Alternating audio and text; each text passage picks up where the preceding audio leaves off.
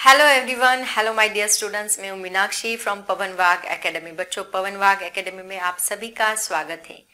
बच्चों, क्लास 12 की journey start किए बहुत दिन हो चुके हैं और अभी हमारा चल रहा है चैप्टर नंबर 16, जो कि हमारे महाराष्ट्र स्टेट बोर्ड का लास्ट चैप्टर है। Chapter number 16 semi conductor devices. बच्चों, चैप्टर बहुत ही आसान है। अगर आपने सारे वीडियोस मेरे देखे हैं स्टार्टिंग से, तो अभी तक आपको समझ में आ गया होगा कि फुल मार्क्स देने वाला चैप्टर है। तो उस हिसाब से अगर पढ़ोगे तो आपको जरूर इस चैप्टर के फुल मार्क्स आएंगे। और तो और एंट्रेंस में, JEE में, नीट में, CET में भी इसके क्वेश्चंस होते हैं और ये बहुत ही आसान होते हैं बच्चों। मार्क्स देने वाले क्वेश्चन है, तो इसको स्किप बिल्कुल भी मत करो। बहुत सिंपल चैप्टर है, तो जरूर करके जाए और स्टार्ट से लेके एंड तक सारे टॉपिक, सारे वीडियोस अच्छे से करके जाए। ठीक है, अंडरस्टैंडिंग करो बच्चों, रटो मत। फिजिक्स में रटना मना है, ऑलरेडी मैं आपको बहुत बार बोल चुकी हूँ।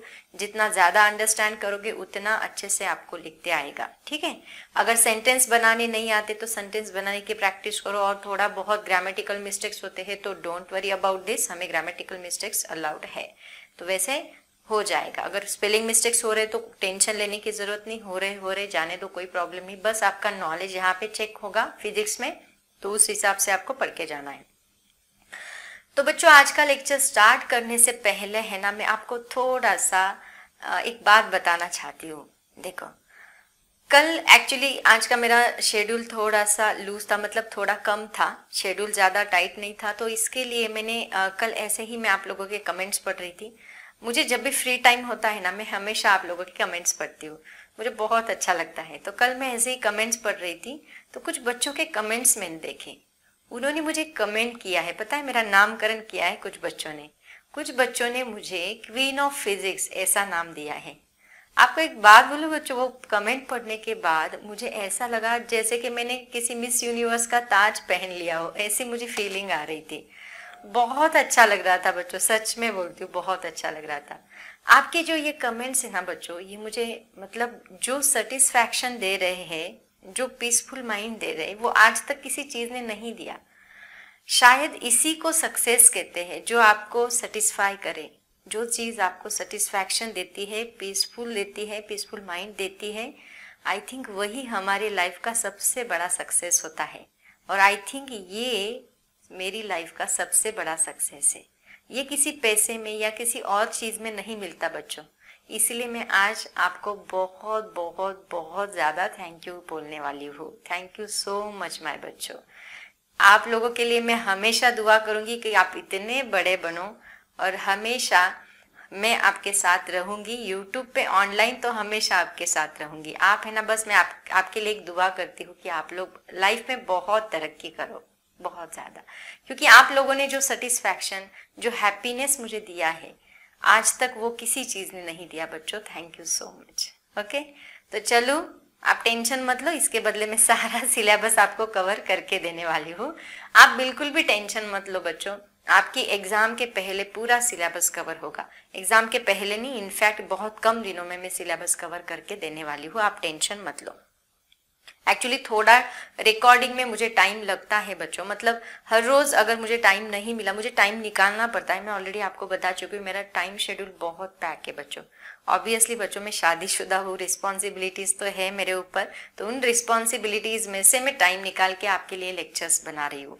तो मुझे प्लीज आप लोग थोड़ा सा टाइम दो, टेंशन मत लो। सारा सिलेबस होगा, पूरा सिलेबस मैं कंप्लीट करके दूंगी। बस जो चैप्टर आ रहा है, ऑलरेडी मैं बहुत सारा कंटेंट अवेलेबल कर चुकी हूँ चैनल पे। बस अभी जो आगे के, क्योंकि कुछ स्टूडेंट्स बहुत ज्यादा अपडेट है, मतलब अप टू डेट है, जो चैप्टर खत्म हो उनका बहुत फास्ट चल रहा है पढ़ाई, तो मैं बच्चों आपको बता देती हूँ। बाकी सब्जेक्ट्स भी करो आप उसके साथ साथ, और कम चैप्टर्स बाकी है, तो जैसे जैसे वीडियो अपलोड होगा उस दिन वो वीडियो देखते जाओ, बस दैट्स इट। जैसे मैं पढ़ाती जाऊंगी वैसे पढ़ते जाओ बस। एक्चुअली टाइम नहीं है बच्चों, इसलिए मैं आपको रिक्वेस्ट कर रही हूँ। अगर टाइम होता तो मैं खुद बना देती, वैसे कोई प्रॉब्लम नहीं था। मुझे भी समझ में आ रहा है आपकी एग्जाम्स नजदीक आ रही है, बट अगर आप टेंशन फ्री पढ़ोगे, पूरा एट अ टाइम करने की कोशिश मत करो। जैसे मैं वीडियोज अपलोड करती हूँ वैसे वैसे वैसे वैसे आप पढ़ते जाओ बस। ओके, तो बच्चों चले स्टार्ट करें आज का लेक्चर। एक बार बस कैमरा चेक कर लूँ मैं, है ना, करेक्ट है कि नहीं है। बच्चों, कैमरा तो ओके है। स्टार्ट करते हैं आज का लेक्चर। आज का लेक्चर है हमारा जो कि हमारे स्पेशल पर्पस डायोड चल रहे थे बच्चों, तो उसका लास्ट पॉइंट जो है वो बाकी था। वो कौन सा, मैंने आपको बताया था स्पेशल पर्पस डायोड जो है वो कितने टाइप्स के होते हैं बच्चों, कौन बताएगा मुझे? स्पेशल पर्पस डायोड कितने टाइप्स के होते हैं? चलो बताओ मेरे प्यारे बच्चों, कौन से होते हैं स्पेशल पर्पस डायोड? देखो, सबसे पहले हमने स्टडी किया था जेनर डायोड, उसके बाद हमने सेकेंड स्टडी किया था जेनर डायोड के बाद आता है फोटो डायोड हमने स्टडी किया था, याद है? सभी डायोड्स का मैं आज आपको एक टेबल देने वाली हूँ जो आपको बहुत अच्छे से दिखते आएगा। उसके बाद हमने देखा था सोलार सेल, जो हमने लास्ट लेक्चर में स्टडी किया बच्चों। सोलार सेल क्या होता है, उससे रिलेटेड आईवी कैरेक्टरिस्टिक्स वगैरह वगैरह डिटेल में मैंने पढ़ाए हैं। उसके बाद अभी आज हम लोग देखने वाले हैं that is light emitting diode, तो ऐसे अलग अलग टाइप्स के डायोड होते हैं। उसमें से आज हम लोग कौन सा स्टडी करने वाले हैं बच्चों? ये वाला लाइट इमिटिंग डायोड। इसी को हम लोग क्या बोलते हैं? This is called as LED. ठीक है, तो चलते हैं एलईडी की तरफ। आज का लेक्चर जो हमारा स्टार्ट होने वाला है लाइट इमिटिंग डायोड का। बच्चों ये भी एक पीएन जंक्शन डायोड ही है। मुझे आप लोग बताओ, लाइट इमिटिंग डायोड अपनी डेली लाइफ में आप लोगों ने कहाँ पे देखा है? मुझे लगता है एवरीवेयर, हर एक जगह पे हमें लाइट इमिटिंग डायोड दिखता है। अगर आप टीवी स्टार्ट करने जाओ तो रिमोट के अंदर जो होता है वो लाइट इमिटिंग डायोड होता है। जो कोई भी चीज अगर स्टार्ट है कि नहीं वो चेक करना है तो उसके अंदर रेड कलर का लाइट लगता है, तो वो क्या होता है? That is light emitting diode. और वो दिवाली में, किसी शादी में, हर एक जगह पे हम लोग क्या करते हैं? डेकोरेशन पर्पस के लिए हम लोग लाइटिंग यूज करते हैं। तो वो लाइटिंग के अंदर छोटा सा bulb, colourful blue colour, then violet colour, green colour, red colour, बहुत सारे कलर्स का जो छोटा बल्ब होता है उसको हम लोग क्या बोलते हैं? Light emitting diode. तो बच्चों लाइट इमिटिंग डायोड एक बहुत ही मतलब आज के ज़माने में बहुत ही इंपॉर्टेंट कंपोनेंट है, ऐसे हम लोग बोल सकते हैं। डेकोरेशन पर्पस के लिए, लाइटिंग पर्पस के लिए, हर एक इलेक्ट्रॉनिक डिवाइसेस के लिए ये लाइट इमिटिंग डायोड बहुत ज़्यादा इंपॉर्टेंट है। ठीक है, तो इसीलिए हमें ये इसका वर्किंग एग्जैक्टली है क्या, ये हमें पढ़ना बहुत ज़रूरी है। तो आज के लेक्चर में हम लोग इस लाइट इमिटिंग डायोड का कंस्ट्रक्शन पढ़ेंगे बच्चों। उसके बाद उसका सिंबल हम लोग पढ़ेंगे। उसके बाद उसका वर्किंग क्या है वो हम लोग पढ़ेंगे। उसकी आईवी कैरेक्टरिस्टिक्स हम लोग पढ़ेंगे एंड देन उसके एडवांटेजेस क्या है वो हम लोग पढ़ेंगे। तो ऐसा हमारा लेक्चर कुछ होने वाला है। एंड उसके बाद लास्ट में जो चारों डायोड्स है, ये चारों डायोड्स का एक टेबल मैं आपको बना के देने वाली हूँ, तो वो टेबल बस आपको लर्न करना है। ठीक है, तो बच्चों लाइट इमिटिंग डायोड देखो एग्जैक्टली है क्या। इसको हम लोग शॉर्ट में एलईडी बोलते हैं, light emitting diode. Light emitting diode जो है वो भी it is also a PN junction diode. It is also a PN junction diode. PN junction diode. PN junction diode है। It is used in forward biasing. आपको याद है forward and reverse biasing, दो type की biasing होती है। PN junction diode बनता कैसे है बच्चों? P type material, N type material जब हम कंबाइन करते हैं, तो इसको डिटेल में पढ़ना है तो लेक्चर नंबर 1 देखो। यहाँ पे होता है निगेटिव चार्ज, मतलब इसके अंदर होता है डिप्लेशन रीजन। अभी मैं इतना डिटेल में नहीं बताती आपको, प्रीवियस लेक्चर जरूर देखिए इसके लिए। ये होता है हमारा डिप्लेशन रीजन, इन दोनों के बीच में आता है, इसी को हम लोग पीएन जंक्शन भी बोलते हैं। तो जब हम इसका पॉजिटिव टर्मिनल बैटरी के पॉजिटिव को कनेक्ट करें, इसका निगेटिव टर्मिनल बैटरी के निगेटिव को कनेक्ट करें, this is positive, this is negative, तो ऐसे बायसिंग को हम लोग बोलते हैं फॉरवर्ड बायसिंग। ठीक है, फॉरवर्ड बायसिंग। एंड जब हम लोग इसका पॉजिटिव टर्मिनल, मान लो ये पीएन जंक्शन है, ये P type material, N type material combine together, और दोनों के बीच में एक रीजन है, और पी टाइप अगर मैं निगेटिव को कनेक्ट करूँ, एन टाइप अगर मैं पॉजिटिव को कनेक्ट करूँ, तो ऐसे बायसिंग को हम लोग बोलते हैं reverse biasing. Reverse biasing, okay, तो इसको कहा जाता है रिवर्स बायसिंग, और इसके अंदर जो होता है that is nothing but the depletion region. ठीक है, तो ये फॉरवर्ड बायसिंग, ये रिवर्स बायसिंग, तो इनका यूज़ करके हम लोग वो डायोड को कनेक्ट करते हैं और उसमें से करंट फ्लो करते हैं। ऐसे हमने बहुत सारे लेक्चर्स में देखा बच्चों, है ना। तो ये जो हमारा मतलब इसमें से कुछ डायोड जो होते हैं वो रिवर्स बायसिंग पे काम कर रहे हैं, कुछ डायोड जो होते हैं वो फॉरवर्ड बायसिंग पे काम कर रहे हैं। तो इसमें से हमारा ये जो एलईडी है वो फॉरवर्ड बायसिंग में काम करेगा। Okay, it is used in forward biasing, ये फॉरवर्ड बायसिंग में ही काम करेगा, फॉरवर्ड बायसिंग। ठीक है, तो ये इसका फॉरवर्ड बायसिंग मतलब इसका निगेटिव टर्मिनल हम लोग किसको कनेक्ट करेंगे, निगेटिव को कनेक्ट करेंगे, एंड पॉजिटिव इसका पॉजिटिव को कनेक्ट करेंगे। अगर आपको फॉरवर्ड रिवर्स बायसिंग देखना है बच्चों तो लेक्चर नंबर 1 देखो, उसको मैंने डिटेल में एक्सप्लेन किया है। ठीक है, उसके बाद अभी इसका सिंबल देखो कैसे होता है बच्चों। और एक बात यहाँ पे याद रखनी है, P type and N type material इनको डोप्ड किया होता है, डोपिंग किया होता है। डोपिंग मतलब क्या, सेमीकंडक्टर में हम लोग ट्राईवैलेंट या पेंटावैलेंट इम्प्योरिटी ऐड करते हैं। डिटेल में पढ़ना है तो लेक्चर नंबर 1। तो यहाँ पे इस डायोड की स्पेशलिटी क्या है पता है, इसका जो एन रीजन है बच्चों उसको हेवीली डोप्ड किया है।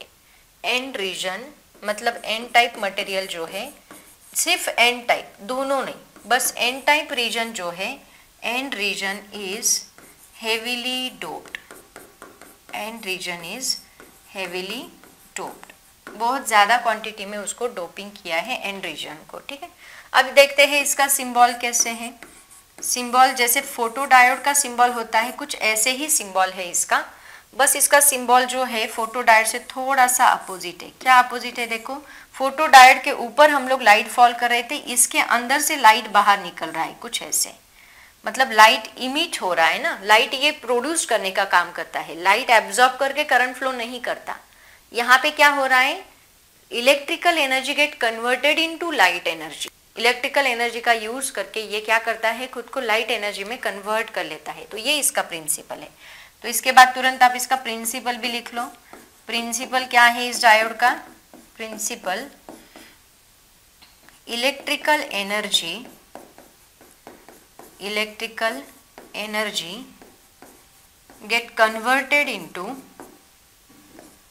get converted into light energy. Electrical energy get converted into light energy. Electrical energy को लाइट एनर्जी में कन्वर्ट करने का काम ये एलईडी करता है, लाइट इमिटिंग डायोड करता है। ठीक है, तो ये बेसिक इन्फॉर्मेशन है बच्चों इसकी। अब इसका कंस्ट्रक्शन, इसका वर्किंग मैं आपको डिटेल में बताने वाली हूँ, लेकिन उसके पहले आप लोग है ना इसका स्क्रीनशॉट निकालो, जल्दी से इसका स्क्रीनशॉट ले लो। ओके स्टूडेंट्स, तो ये है हमारा लाइट इमिटिंग डायोड का बेसिक। अभी हम लोग देखते हैं इसका स्क्रीनशॉट निकालते चलो बच्चों। अभी हम लोग देखते हैं कि इसका ये जो है मतलब क्या बोलते हैं उसको, कंस्ट्रक्शन क्या होता है इसका, ये अभी हम लोग देख लेते हैं। देखो ये लाइट इमिटिंग डायोड्स हैं, अलग अलग कलर्स के डायोड होते हैं, हमें पता है रेड कलर, ये वेवलेंथ कैसे बनाते हैं अलग अलग वो भी मैं आपको बताऊंगी। Red colour, yellow colour, blue colour, ऐसे अलग अलग कलर्स के डायोड होते हैं बच्चों। तो डायोड का शेप देखो कैसे है, ऐसे कुछ शेप हमें दिखाई दे रहा है, डोम शेप, ट्रांसपेरेंट केस बोलते हैं इसको। तो हर एक पॉइंट में आपको लिख के देने वाली हूँ यहाँ पे। तो इसका डोम शेप ट्रांसपेरेंट केस होता है, एंड देन यहाँ पे 2 लेग्स दिख रहे हैं आपको, ये 2 लेग्स होते हैं, उसको मेटल इलेक्ट्रोड्स कहा जाता है। और इसके अंदर कुछ मटेरियल है, उसके अंदर पीएन जंक्शन डायोड होता है, जिसमें पी टाइप मटेरियल और एन टाइप मटेरियल है। और एन टाइप मटेरियल जो है वो हेवीली डोप्ड है बच्चों। क्यों हेवीली डोप्ड है बताऊंगी मैं आपको। तो ऐसा ये डायोड बनाते हैं, एलईडी बनाते हैं बाय यूजिंग सेमीकंडक्टर। सेमीकंडक्टर का यूज करके ही इसको बनाया जाता है। तो अभी आपको मैं बताती हूँ कि इसका जो कंस्ट्रक्शन है वो कैसे है। तो देखो कंस्ट्रक्शन के अंदर बच्चों यहाँ एक डोम शेप, ये आपको दिख रहा है, this is dome shape transparent case. सबसे पहले इंपॉर्टेंट बात, इसके अंदर जो है एक पीएन जंक्शन डायोड है, जो जिसमें से एन जंक्शन, एन जो है, एन रीजन जो है वो हेवीली डोप्ड है। वो किसके अंदर एनकेस्ड किया है उन्होंने, उसको एनकेस्ड किया है एक डोम शेप ट्रांसपेरेंट केस के अंदर उसको एनकेस्ड किया है। ठीक है, ताकि यहाँ से निकलने वाला लाइट जो है वो यूनिफॉर्मली डिस्ट्रीब्यूटेड हो सारी साइड से, और इंटरनल रिफ्लेक्शन मिनिमाइज करने के लिए उसको ऐसे शेप में रखा है ये पीएन जंक्शन डायोड को। उसके बाद इसको दो इलेक्ट्रोड्स होते हैं बच्चों, दो लेग्स होते हैं इसको, एक होता है एनोड, दूसरा होता है कैथोड। तो इसका जो एनोड है वो लार्जर लेग होता है एंड जो कैथोड है वो स्मॉलर लेग होता है। तो एनोड लार्जर लेग का रहेगा एंड कैथोड स्मॉलर लेग का रहेगा। ऐसे दो मेटल इलेक्ट्रोड्स का बना हुआ ये हमारा एलईडी होता है, ठीक है। तो कंस्ट्रक्शन अगर आपको पूछा जाए तो आप कैसे लिखोगे, देखो सबसे पहला पॉइंट आप लोग इसके अंदर लिखोगे एलईडी कंसिस्ट ऑफ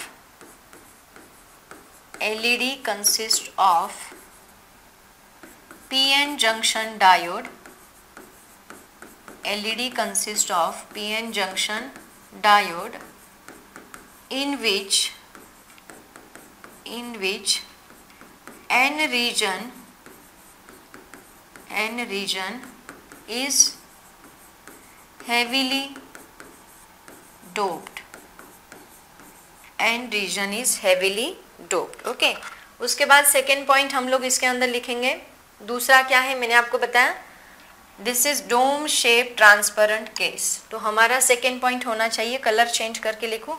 बच्चे बोलते हैं मैम कलर चेंज कर लिया करो, रेड कलर लेते हैं, है ना, नहीं रेड नहीं ऑरेंज है वो, कलर ब्लाइंडनेस हो गया है क्या मैम क्या है ये, डोम शेप्ड ट्रांसपेरेंट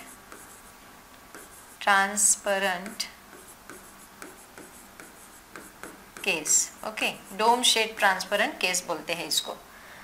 तो ये क्यों है बच्चों, इसके अंदर हमने क्या किया है, डोम शेप ट्रांसपेरेंट केस के अंदर हमने पीएन जंक्शन डायोड को एनकेस्ड किया है ताकि light is uniformly distributed in all directions and internal reflections can be minimised. Okay, तो इसमें लिखना है हमें PN junction diode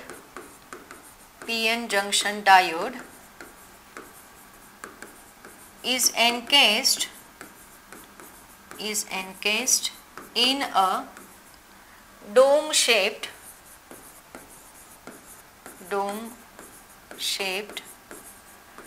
transparent case so that light is uniformly distributed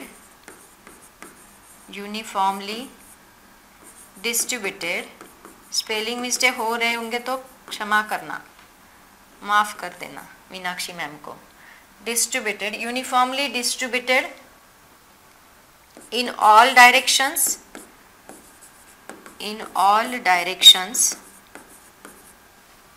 uniformly distributed in all directions and internally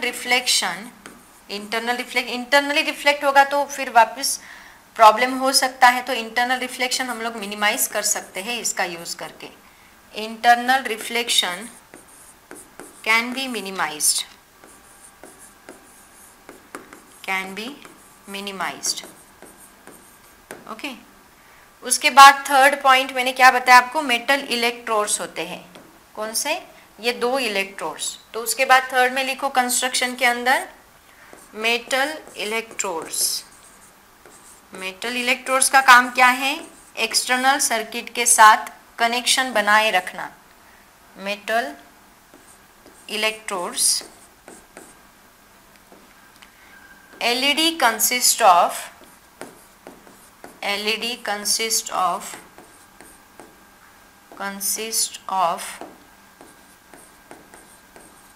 two metal electrodes to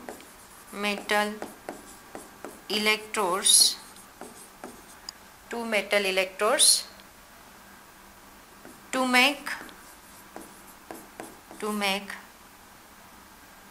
a external circuit, to make a connection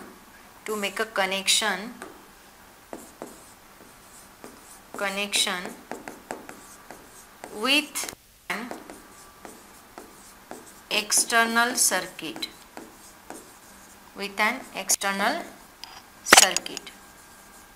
ठीक है, to make a connection with an external circuit.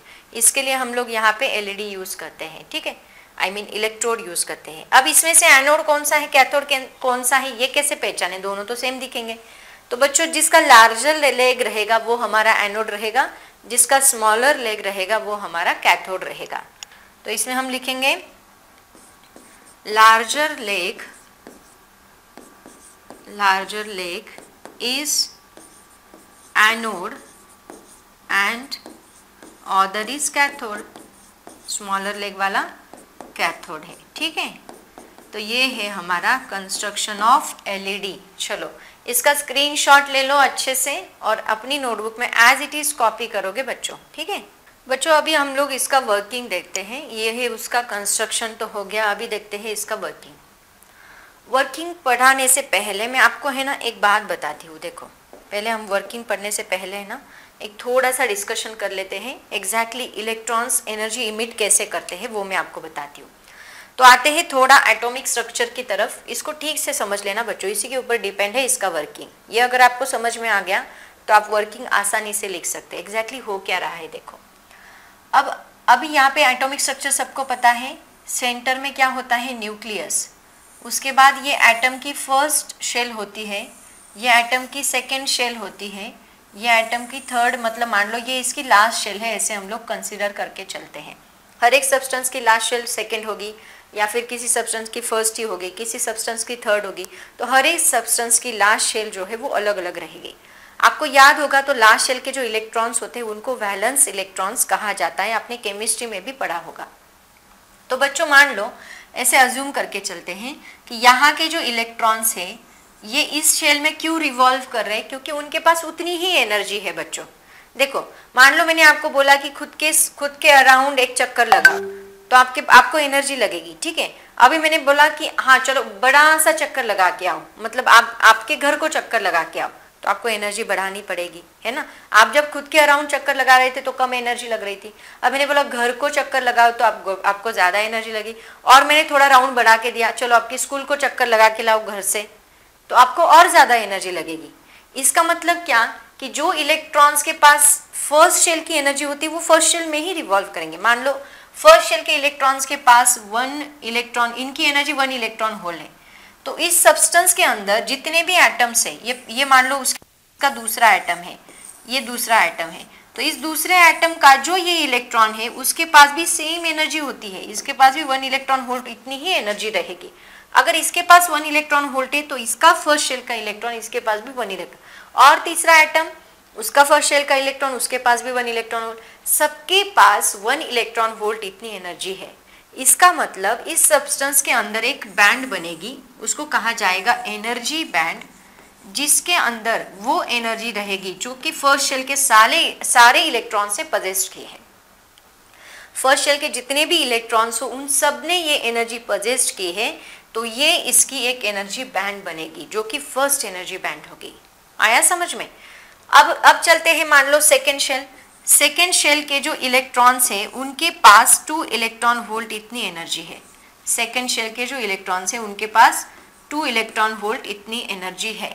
तो इसकी ये first energy band है, तो इस सब second shell के इलेक्ट्रॉन्स के पास उतनी एनर्जी रहेगी जो 2 इलेक्ट्रॉन वोल्ट जितनी एनर्जी की एक बैंड बनेगी। तो ये बनेगी हमारी फर्स्ट एनर्जी लेवल, ये बनेगी हमारी सेकेंड एनर्जी लेवल। इनके पास 1 इलेक्ट्रॉन वोल्ट, सारे इलेक्ट्रॉन्स आएंगे इसके अंदर 1 इलेक्ट्रॉन वोल्ट वाले, इसके पास 2 इलेक्ट्रॉन वोल्ट वाले सारे इलेक्ट्रॉन्स आएंगे। ठीक है, अब लास्ट शेल कौन सा बचा है, दैट इज वैलेंस बैंड। तो वैलेंस, अब देखो यहाँ 1 इलेक्ट्रॉन वोल्ट हो गया, 2 इलेक्ट्रॉन, इसके पास 3 इलेक्ट्रॉन वोल्ट है, मान लो कंसिडर करके चलते हैं। और बच्चों इसी को क्या कहा जाता है, this is called as valence electrons. जो लास्ट शेल के इलेक्ट्रॉन्स होते हैं उनको कहा जाता है वैलेंस इलेक्ट्रॉन। तो वैलेंस इलेक्ट्रॉन की जो शेल रहेगी जो कि लास्ट शेल है उसको कहा जाता है वैलेंस बैंड। क्या कहा जाता है, वैलेंस बैंड। तो ये वैलेंस बैंड के अंदर ये सारे इलेक्ट्रॉन्स जो है वो इलेक्ट्रॉन्स इस एनर्जी लेवल के अंदर आएंगे। ठीक है, अब मान लो बच्चों यहाँ पे ठीक से समझ लो। अब मान लो यहाँ पे ये जो इलेक्ट्रॉन यहाँ अवेलेबल है इसको मुझे इस एटम से सेपरेट करना है, उसको तोड़ना है उस एटम से। तो उस एटम से तोड़ने के लिए मुझे बाहर से कुछ एनर्जी लगानी पड़ेगी, उसके सिवाय वो वहां से बाहर नहीं निकलेगा। तो मैंने क्या किया, इसको एनर्जी दी। कैसे एनर्जी दी, मैं चाहे तो इलेक्ट्रिसिटी यूज करूंगी, चाहे तो लाइट यूज करूंगी, कुछ ना कुछ या फिर केमिकल यूज करूंगी, कुछ ना कुछ करके मैं उस इलेक्ट्रॉन को उस एटम से तोड़ूंगी। ठीक है, तो मैंने उस एटम से तोड़ने के लिए उस इलेक्ट्रॉन को 3 इलेक्ट्रॉन वोल्ट से ज्यादा एनर्जी मुझे देनी पड़ेगी। अगर मुझे इसको तोड़ना है तो इसको 3 इलेक्ट्रॉन वोल्ट से ज्यादा एनर्जी मुझे देनी पड़ेगी, तो वो टूटेगा। तो ये 3 से मान लो टूटने के बाद इसके बाद कितनी एनर्जी हो गई, 4 इलेक्ट्रॉन वोल्ट, है ना। अब बच्चों देखो, ये 3 इलेक्ट्रॉन वोल्ट था, ये 4 इलेक्ट्रॉन वोल्ट, तो इसको क्या कहा जाता है, जब वो यहाँ पे था तो वो वैलेंस इलेक्ट्रॉन था, जब वो यहाँ पे था वो तो वैलेंस इलेक्ट्रॉन था। अब सेपरेट हो गया और करंट कंडक्शन के लिए वो रेडी हो गया। सेपरेट होने के बाद करंट कंडक्शन के लिए वो रेडी हो गया, तो उसको हम कहेंगे कंडक्शन इलेक्ट्रॉन या फिर कंडक्टिंग इलेक्ट्रॉन हम लोग उसको बोलते हैं। तो बच्चों, जो कंडक्टिंग इलेक्ट्रॉन होता है उसके पास ज्यादा एनर्जी है, तो जितने भी ऐसे फ्री हुए इलेक्ट्रॉन्स है तो उनका एक एनर्जी बैंड बनेगा, है ना, सारे फ्री इलेक्ट्रॉन्स का एक एनर्जी बैंड। तो वो एनर्जी बैंड को हम लोग क्या कहते हैं, this is called as conduction band. क्या कहा जाता है इसको, कंडक्शन बैंड। इसका मतलब देखो, इसके पास 1 इलेक्ट्रॉन वोल्ट है, इसके पास 2 इलेक्ट्रॉन वोल्ट है, इसके पास 3 इलेक्ट्रॉन वोल्ट है, इसके पास 4 इलेक्ट्रॉन वोल्ट है। इसका मतलब जो लास्ट शेल का इलेक्ट्रॉन है उसके पास ज्यादा एनर्जी है, राइट, उसके पास ज्यादा एनर्जी है। अब मान लो हमने क्या किया, इस इलेक्ट्रॉन को फोर्स लगाया, ओके, मतलब ये पहले इधर उधर घूम रहा था क्योंकि उसके पास एनर्जी थी ज्यादा। अब मैंने क्या किया, इस इलेक्ट्रॉन को फोर्स लगाया, मान लो मैंने कुछ तो भी इलेक्ट्रिसिटी का फोर्स लगाया और मैंने इसको धक्का दे के वैलेंस बैंड के अंदर डाल दिया। ठीक है, मतलब अभी पहले तो उसको निकालने के लिए भी मैंने एनर्जी लगाई थी, अब मान लो उसको मुझे नीचे धकेलना है वैलेंस बैंड पे, मतलब उसको मैंने बाहर निकाला था ना, उसको वापस मुझे ऐड करना है इस शेल के अंदर। तो अगर मैं उसको ऐड करना चाहती हूँ तो मान लो मैंने इलेक्ट्रिसिटी प्रोवाइड की, मतलब बैटरी लगा दी उस वायर को, उस डायोड को, तो मैंने बैटरी लगाने के बाद ये इलेक्ट्रॉन वापस कहाँ जंप करेगा, यहाँ जंप करेगा। बच्चों, ये इलेक्ट्रॉन बहुत सिंसियर है, उसके पास 4 इलेक्ट्रॉन वोल्ट थी ना, मान लो किसी आदमी के पास 4 लाख है और उसको 3 लाख की जरूरत है, 1 लाख कभी डोनेट नहीं करेगा, लेकिन ये इलेक्ट्रॉन है, ये बहुत सिंसियर है, उसको बस 3 इलेक्ट्रॉन वोल्ट लगने वाली है, क्योंकि अभी मैंने क्या किया, उसको धक्का देके यहाँ पे भेज दिया, कहाँ, इस शेल में भेज दिया। तो यहाँ पे जब मैं उसको भेजूंगी तो उसके पास, उसको अभी कितनी जरूरत है, बस 3 की, और बचा कितना, 1, उसके बाद 4 था, उसको भी 3 की जरूरत है, अभी बची कितनी, 1। तो 1 इलेक्ट्रॉन वोल्ट को वो क्या करता है, रेडिएट कर देता है। रेडिएट किसके फॉर्म में करता है पता है बच्चों, फोटॉन्स के फॉर्म में। फोटॉन्स का ही मतलब होता है लाइट, तो वो लाइट के फॉर्म में इस एनर्जी को रेडिएट कर देता है। इतना सिंसियर इलेक्ट्रॉन है ये। तो ये जो 3 इलेक्ट्रॉन वोल्ट, ये जो 4 इलेक्ट्रॉन वोल्ट से वो 3 इलेक्ट्रॉन वोल्ट पे आता है, तो अपनी एनर्जी को वो क्या करता है, रेडिएट करता है। और यही हमारा लाइट इमिटिंग डायोड कर रहा है। इसकी वजह से उसके अंदर से क्या आ रही है, एनर्जी बाहर आ रही है। वो एनर्जी कौन सी है, वो इलेक्ट्रॉन्स की एनर्जी है, जो कि हम उसको क्या करेंगे, इलेक्ट्रिसिटी प्रोवाइड करेंगे उस इलेक्ट्रॉन्स को हम लोग। अब इलेक्ट्रॉन्स, अब बात आती है, देखो मैं अभी आपको ये समझ में आ गया ना, जब इलेक्ट्रॉन कंडक्शन बैंड में था तो उसको हमें वैलेंस बैंड में भेजना है। वैलेंस बैंड में भेजते समय वो क्या करता है, लाइट को रेडिएट करता है, लाइट एनर्जी को रेडिएट करता है। Sufficient energy radiated in the form of photons called as light, ऐसे हम लोग उसको बोलते हैं। अब इसी को थोड़ा समझते हैं। देखो अब ये क्या है, हमारा पीएन जंक्शन डायोड। इसके अंदर ठीक से समझ लो, ये हमारा पीएन जंक्शन डायोड है। तो हमने क्या किया, यहाँ एन टाइप रीजन जो है उसको हेवीली डोप्ड किया है। हेवीली डोप्ड किया है मतलब उसके अंदर बहुत सारे इलेक्ट्रॉन्स है ना। इसको अगर मैंने हेवीली डोप्ड किया तो बहुत सारे इलेक्ट्रॉन्स है, क्योंकि मेजॉरिटी इलेक्ट्रॉन्स की हो गई। ओके, अब ये इलेक्ट्रॉन क्या करेंगे, जैसे ही मैं इसको सप्लाई दूंगी, मैंने कौन सा इलेक्ट्रिसिटी अप्लाई किया, और मैं जैसे ही उसको फॉरवर्ड बायसिंग में रखती हूँ, उसको वोल्टेज अप्लाई करती हूँ, तो वोल्टेज अप्लाई करने के बाद ये जो इलेक्ट्रॉन्स है वो होल के साथ कंबाइन हो जाते हैं। होल्स कहाँ पे हैं, लास्ट शेल में। होल्स कहाँ पे रहे, लास्ट शेल में रहेगा ना। देखो ये एटम है, ये एटम की लास्ट शेल है, तो इस लास्ट शेल में क्या है, यहाँ पे होल, क्योंकि यहाँ इलेक्ट्रॉन हमने बाहर निकाला था पहले, तो यहाँ पे क्या क्रिएट हो गया, होल क्रिएट हो गया। यहाँ पे खाली जगह है, खाली जगह मतलब पॉजिटिव चार्ज, इलेक्ट्रॉन वहां पे नहीं है मतलब पॉजिटिव चार्ज है वहां पे। तो ये इलेक्ट्रॉन को अभी अगर मैंने फोर्स लगाया तो वो इलेक्ट्रॉन यहाँ पे था, पहले फ्री घूम रहा था, अब वो यहाँ जंप करके कहाँ आ जाएगा, होल के अंदर आ जाएगा एंड इलेक्ट्रॉन होल्स रिकम्बाइन।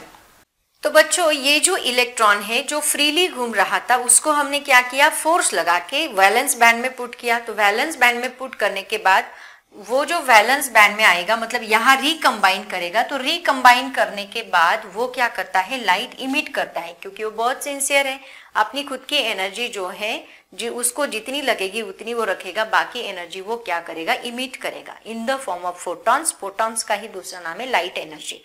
ठीक है, तो ये जो इलेक्ट्रॉन्स है वो क्या इमिट कर रहे हैं, emitted lights and recombination of electron and holes. ये सर्कल में दिखा है, ये क्या है, रिकॉम्बिनेशन है।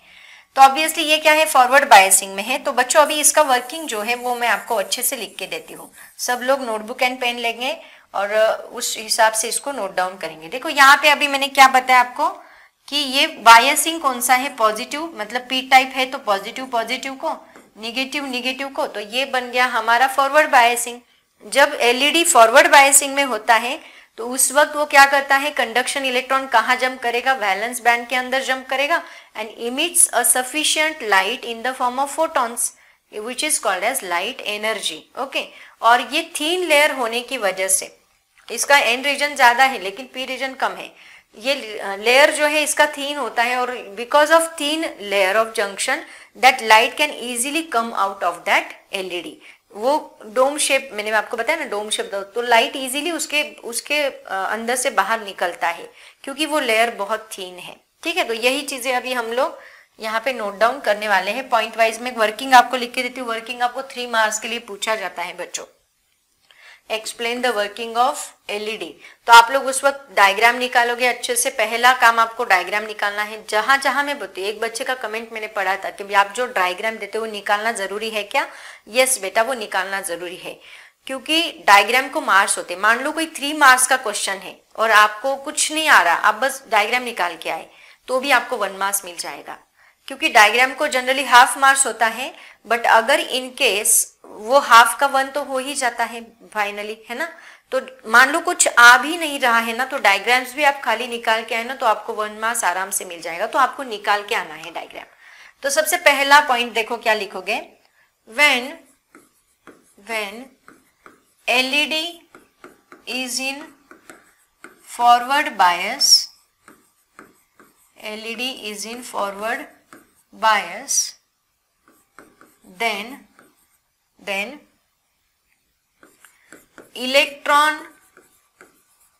electron from conduction band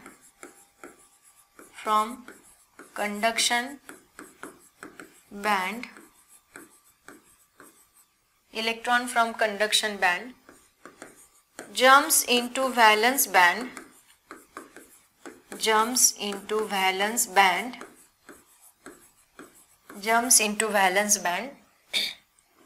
and sufficiently large amount of energy, large amount of photons बोलो, large amount of photons with energy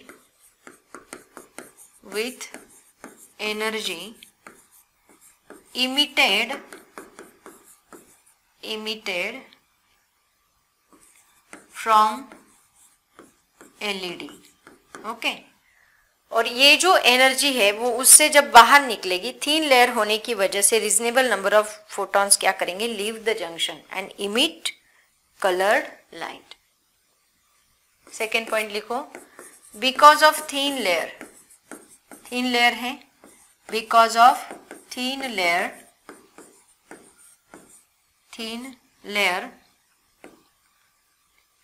these photons leave the junction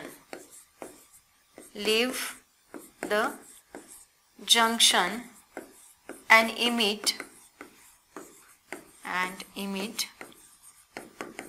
light. Okay, देखो उसके बाद है थर्ड पॉइंट हम लोग लिखेंगे अभी, photons leave the junction and emit light. हाँ, ये लाइट की इंटेंसिटी किसके ऊपर डिपेंड कर रही है? It depends on the forward current. जितना आप करंट बढ़ाओगे, यहाँ से हम करंट बढ़ाएंगे, तो करंट बढ़ाएंगे, वोल्टेज बढ़ाएंगे मतलब करंट बढ़ेगा, करंट बढ़ेगा मतलब लाइट इंटेंसिटी भी बढ़ेगी। Amount of light energy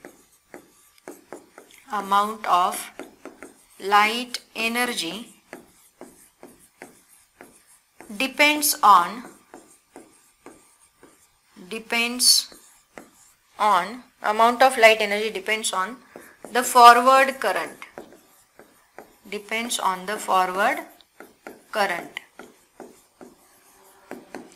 if current increases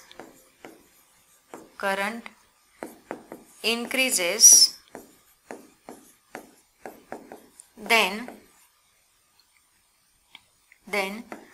light energy also increases. When current increases, then light energy also increases. Okay, बस that's it. ऐसे आप लोग इसका 3 मार्क्स के लिए क्वेश्चन लिख के आओगे बच्चों। जल्दी से इसका स्क्रीनशॉट निकालो।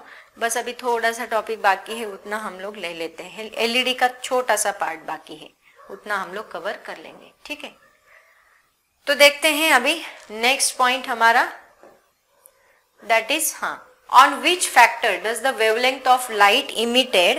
क्वेश्चन देखो, 1 मार्क्स के लिए ये क्वेश्चन आपको पूछा जा सकता है। On which factor does the wavelength of light emitted by LED depend. कौन बताएगा मुझे किसके ऊपर डिपेंड करता है? कि हमने वो एलईडी फैब्रिकेशन के लिए कितना प्रोपोर्शन ऑफ सेमीकंडक्टर लिया है, उससे हम अलग अलग कलर का लाइट बनाते हैं। proportion of semiconductor used to fabricate a LED fabricate करने के लिए कितना प्रोपोर्शन ऑफ सेमीकंडक्टर, मतलब जो कम सेमीकंडक्टर डाला तो अलग कलर का लाइट बनेगा, उसकी क्वांटिटी बढ़ा दी, प्रोपोर्शन बढ़ा दिया तो अलग कलर का लाइट बनेगा। तो उसके ऊपर डिपेंड करता है बच्चों।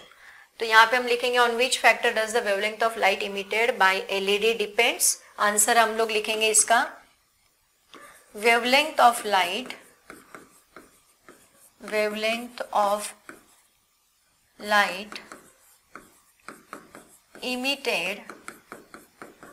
emitted by a LED depends on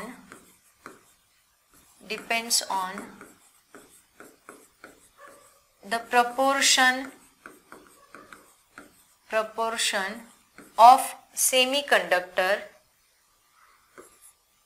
proportion of semiconductor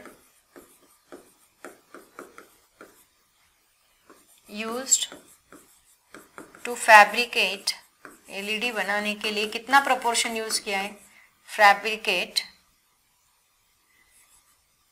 LED. Okay, use to fabricate LED. ऐसे आप लोग 1 मार्क्स के लिए पूछा जा सकता है बच्चों, ये सवाल 1 मार्क्स का सवाल है, ठीक है।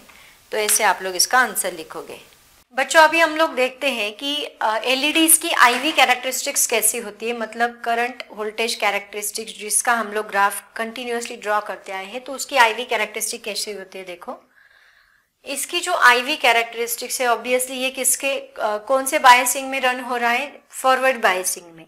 इसका मतलब इसकी जो आईवी कैरेक्टरिस्टिक्स है वो भी फॉरवर्ड बायसिंग के जो हमारा सिंपल डायोड का ग्राफ है वैसे ही होती है। हमने देखा कि फॉरवर्ड बायसिंग का जो सिंपल डायोड का ग्राफ है वो कौन से क्वाड्रेंट में आ रहा है, that is in first quadrant. तो ये भी कौन से क्वाड्रेंट में आ रहा है, फर्स्ट क्वाड्रेंट में। तो देखो इसकी जो आईवी कैरेक्टरिस्टिक्स है, मतलब ये वाला ग्राफ, ये कौन से क्वाड्रेंट में आ रहा है, that is also in first quadrant, ठीक है। तो कुछ, लेकिन इसका डिफरेंस देखो क्या है, यहाँ से ही ये करंट इंक्रीज होना स्टार्ट करता है और कंटिन्यूअसली वो इंक्रीज होते रहता है। तो कुछ ऐसे इसका ग्राफ मिलता है हमें।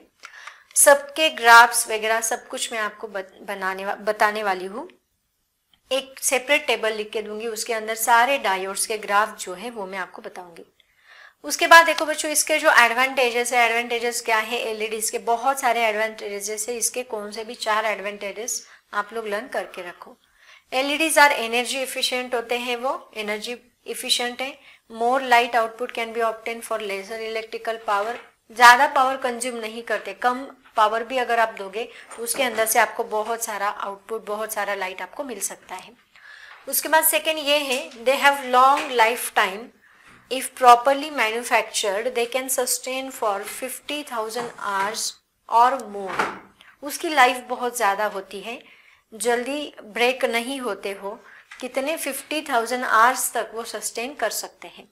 उसके बाद LEDs are also called solid state lights, उसको सॉलिड स्टेट लाइट भी कहा जाता है क्योंकि एलईडी सॉलिड स्टेट में होता है, उसके अंदर से लाइट जनरेट करता है। As they are made solid material, made up of solid material, semiconductor solid material, and no filament और ट्यूब और bulb to break, that means they are rut. अब देखो बच्चों, यहाँ पे जो हम लोग बल्ब देखते हैं वो बल्ब के अंदर फिलामेंट होता है, मतलब एक स्प्रिंग जैसा एक फिलामेंट होता है जो कभी भी ब्रेक होने के चांसेस होते हैं, तो बल्ब जल्दी खराब होते हैं। लेकिन ये फिलामेंट से नहीं बना है, इसके अंदर जो है वो सॉलिड मटेरियल होता है, मतलब कैविटी, जैसे मैंने आपको बताया ना उसका कंस्ट्रक्शन, उसके अंदर एक कैविटी होती है और वो कैविटी का यूज करके लाइट जनरेट करता है, ये उसका एडवांटेज है। उसके बाद देखो, LED start emitting light in nano seconds, बहुत ही कम टाइम में आप इलेक्ट्रिक पावर ऑन करो और with in a second, nano second मतलब 10⁻⁹ सेकेंड के अंदर वो लाइट जनरेट करना स्टार्ट करता है, मतलब बहुत ही फास्ट एंड इंस्टेंटेनियस प्रोसेस है। Thus there is almost no warm up time, warm up time ही नहीं है वहां पे, बहुत जल्दी वो स्टार्ट होता है।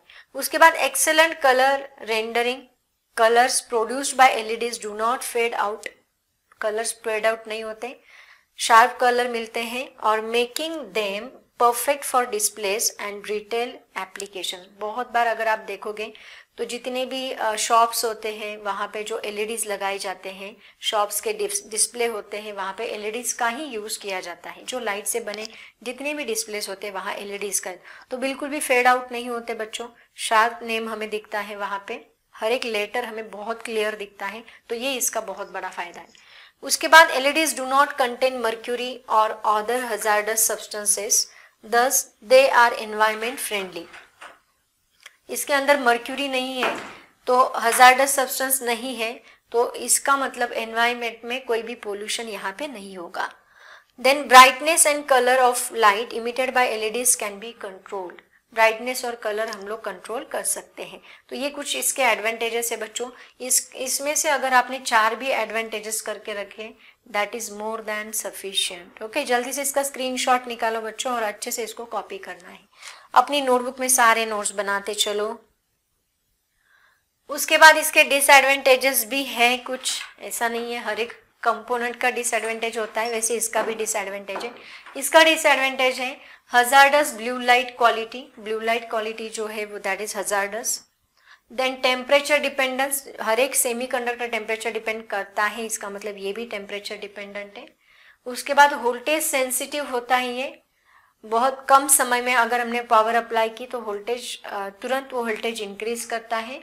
And then high initial cost, इसकी इनिशियल कॉस्ट बहुत ज़्यादा है, ठीक है। उसके बाद देखो नेक्स्ट उसके कुछ एप्लीकेशंस, हर एक इसका भी स्क्रीनशॉट ले लो बच्चों, हर एक का स्क्रीनशॉट निकालते चलो। उसके बाद इसका देखो एप्लीकेशंस क्या है, applications of LED. And LED is used in all varieties of ways such as burglar alarm system, already मैं आपको बता चुकी हूँ, जहाँ पे हम मूवीज में देखते हैं, देखो मान लो कोई इंडस्ट्री है उसके अंदर कोई चोर घुसा है तो अलार्म ब्लो करता है ना, तो उसके अंदर भी एलईडीज का यूज होता है बच्चों, burglar alarm system. Then counters के अंदर, स्विचिंग काउंटर्स जो होते हैं उसके अंदर इसका यूज होता है। Optical communication, just like optical fibre cable, जो हमारी लाइट की केबल, इंटरनेट की केबल आती है उसके अंदर light total internal reflection phenomenon use होता है, उसके अंदर भी इसका यूज है। Then indicator lamps in electric equipments.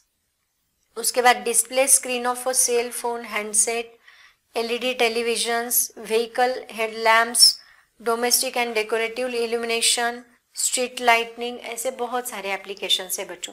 तो इन सब का स्क्रीनशॉट निकालो जल्दी से। तो बच्चों ये था हमारा last diode, that is the light emitting diode. अभी मैं आपको ये चारों डायोड का एक टेबल बना के देती हूँ, सब लोग है ना अपनी नोटबुक में वो टेबल ड्रॉ करेंगे। क्योंकि वो एक टेबल से आपके चारों डायोड्स का पूरा लर्निंग हो जाएगा। तो चलो सब लोग उसके लिए टेबल ड्रॉ करेंगे। चारों डायोड का सब कुछ मैं आपको देने वाली हूँ, मतलब प्रिंसिपल, उसका बायसिंग, उसका यूज क्या है, उसके बाद उसकी आईवी कैरेक्टरिस्टिक्स कौन सी है, उसका सिंबल क्या है, ये सारी चीजें मैं आपको बताने वाली हूँ। तो चलो स्टार्ट करते हैं। उसके लिए सेपरेट स्लाइड लेती हूँ मैं।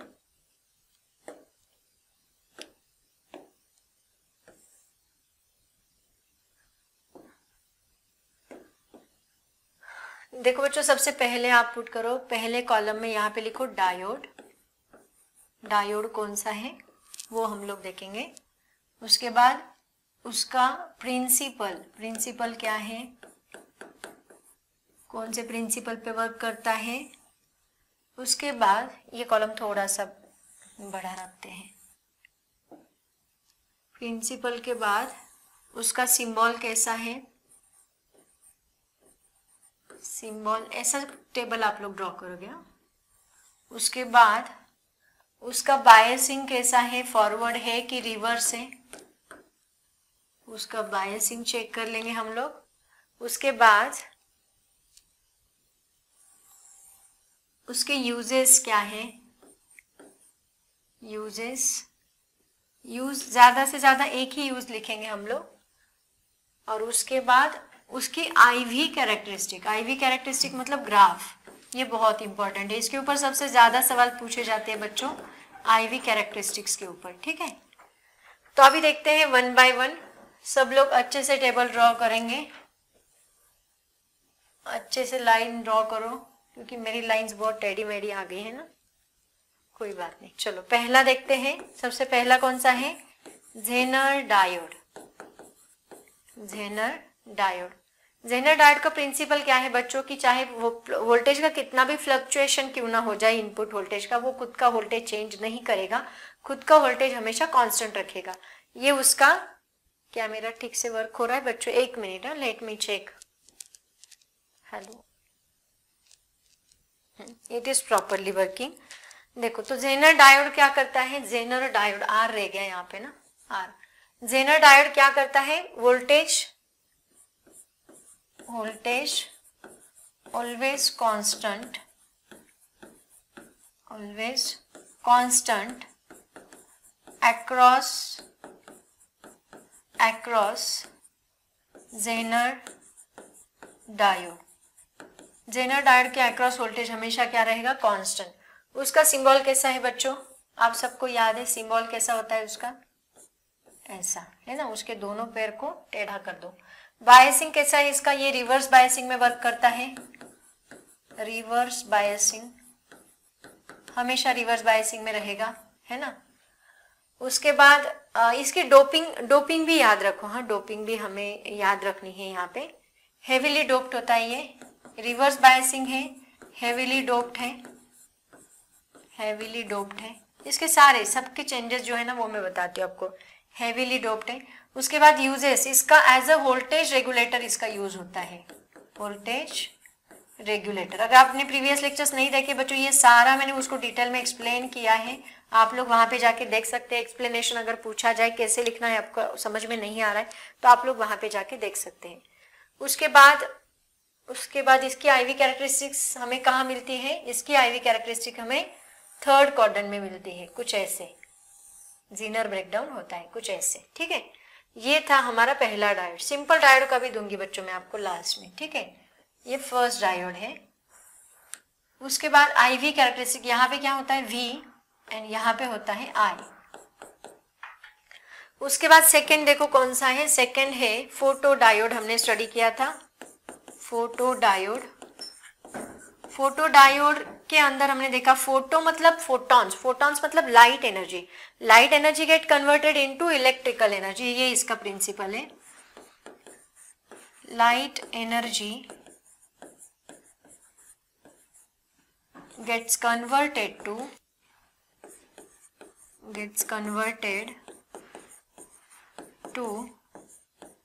electrical energy, ये उसका प्रिंसिपल है। उसके बाद इसका सिंबल कैसे होता है, इसका सिंबल होता है, इसके ऊपर हम लाइट फॉल करते हैं ऐसा, है ना, ये उसका सिंबल है। ये भी कौन से बायसिंग में वर्क करता है? Reverse biasing. इसका भी बायसिंग रहेगा रिवर्स बायसिंग। एक सेकेंड, रिवर्स बायसिंग, ठीक है। उसके बाद इसका किसके लिए यूज होता है? Photo, as a photo detector के लिए इसका यूज होता है। फोटो डिटेक्टर या फिर फोटो सेंसर, फोटो डिटेक्टर और photo sensor, photo sensor, okay. उसके बाद इसकी आईवी कैरेक्टरिस्टिक कैसे होती है आपको याद है? ये भी रिवर्स बायसिंग में ही वर्क करता है। तो सबसे पहले डार्क करंट फ्लो होता है, उसके बाद हमने करंट फ्लो थोड़ा इंक्रीज किया, कुछ ऐसे ऐसे उसकी आईवी कैरेक्टरिस्टिक होती है ना? ऐसा ग्राफ हमने देखा था, ओके। उसके बाद देखते हैं नेक्स्ट वाला भी। नेक्स्ट कौन सा है?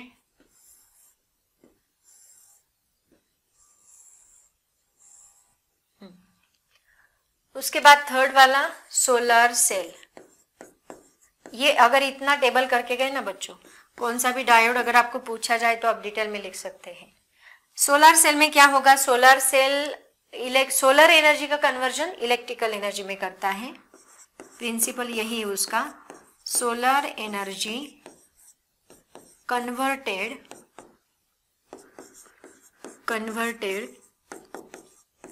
To light energy, solar energy converted to light energy. इसका सिंबल कैसे होता है ना? इसका सिंबल ही नहीं है ना। सोलर सेल सेल है बच्चों, इसका कोई सिंबल, ये डायोड नहीं है, ये सेल है, फोटोवोल्टेइक सेल। मतलब ये एक बैटरी की तरह वर्क करता है ना। इसका एक पॉजिटिव है, नेगेटिव टर्मिनल। इसका बायसिंग जीरो बायसिंग है, जीरो बायसिंग, क्योंकि वो खुद एक बैटरी है। बैटरी को जब हम कनेक्ट करेंगे डायोड को तो वो बायसिंग होता है। ये खुद एक बैटरी है, इसको डायोड कनेक्ट किया जाता है। तो इसके अंदर सेमीकंडक्टर मटेरियल है और इसको हम लोग एज अ सेल यूज करते हैं। कौन सी सेल बोलते हैं हम उसको? फोटोवोल्टेइक सेल बोलते हैं हम उसको, फोटोवोल्टेइक सेल, ठीक है। और इसकी कैरेक्टरिस्टिक्स देखो कैसी है। इसकी कैरेक्टरिस्टिक फोर्थ क्वाड्रेंट में आती है बच्चों, आपको पता है। फोर्थ क्वाड्रेंट में ऐसा ग्राफ हमें मिलेगा, है ना। ये V, ये I एंड ये V, ठीक है, ऐसे। उसके बाद है लास्ट वाला, कौन सा है हमारा? अभी हमने स्टडी किया कौन सा? LED, light emitting diode. IV characteristic के लिए जगह है क्या? फोर्थ नंबर, लाइट इमिटिंग, जिसको स्लो लग रहा है ना वो लोग 2 के स्पीड से देख सकते हैं। Light emitting diode. Light emitting diode में हमने देखा कि ये क्या करता है, एक सेकेंड ना, ये क्या करता है बच्चों? इलेक्ट्रिकल एनर्जी को लाइट एनर्जी में कन्वर्ट करने का, ये लाइट देता है। इसका मतलब electrical energy converted to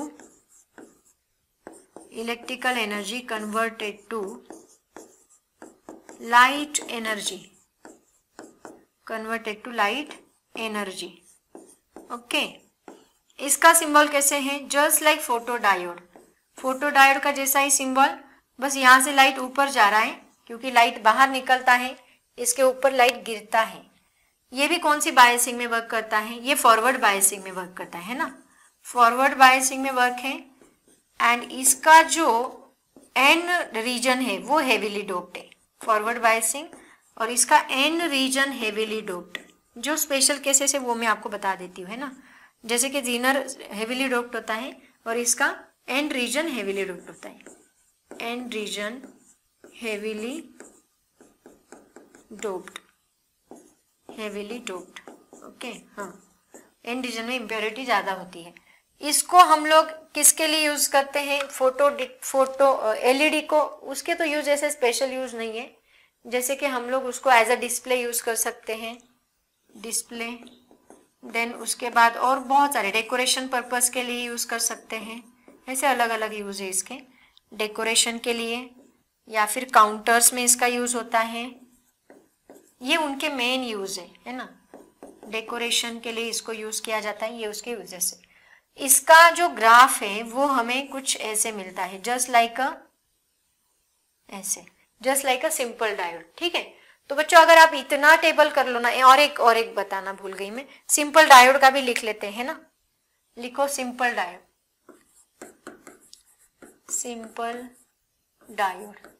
simple diode का काम क्या है, उसका मेन प्रिंसिपल जो मैंने रेक्टिफिकेशन आपको बताया, इट कन्वर्ट्स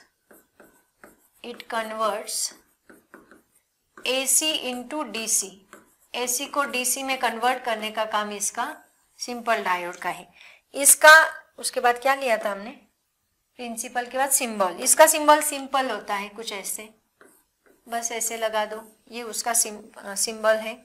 उसके बाद क्या है बच्चों, बायसिंग।